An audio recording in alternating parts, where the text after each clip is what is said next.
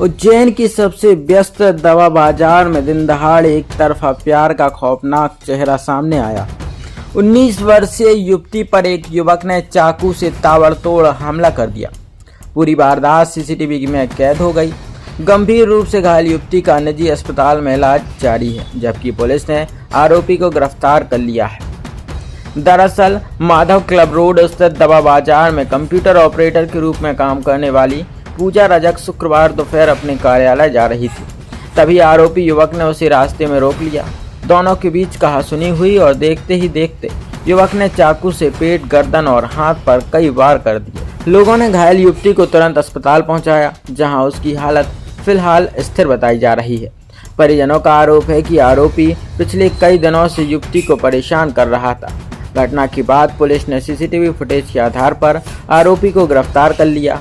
Police का कहना है कि हमले के कारणों की जांच जारी है और सभी पहलुओं से मामले की पड़ताल की जा रही है।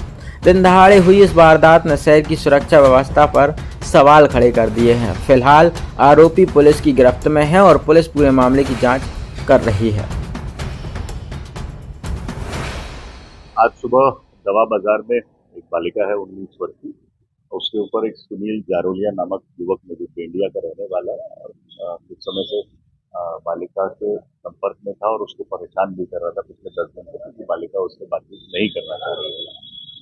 आज सुबह जब बालिका जो दवा बाजार में फर्म में काम करती है वहां पर थी, तो ये लड़का आया और जैसा सीसीटीवी फुटेज में दिख रहा है कि पहले लड़की से बात करी और उनकी जांच थोड़ी देर बाद उसने उसके ऊपर चाकू से कई वार किए, जिसमें बालिका को गंभीर चोटें आई हैं और अभी कृष्णा अस्पताल में भर्ती है, जहां मैं उसको देखकर भी आया हूँ और उसका इलाजरत है।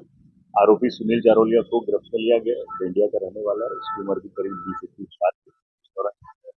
भागने का प्रयास किया तो इंजीनियरिंग कॉलेज के पास एक दीवार से गिर गया और उस दौरान उसको चोटें आई हैं, जिसमें उसके पैर में फ्रैक्चर हुआ है, उसकी हड्डी टूटी है। अभी उसको इलाज कराया जा रहा है और उसके बाद उससे पूछताछ की जाएगी।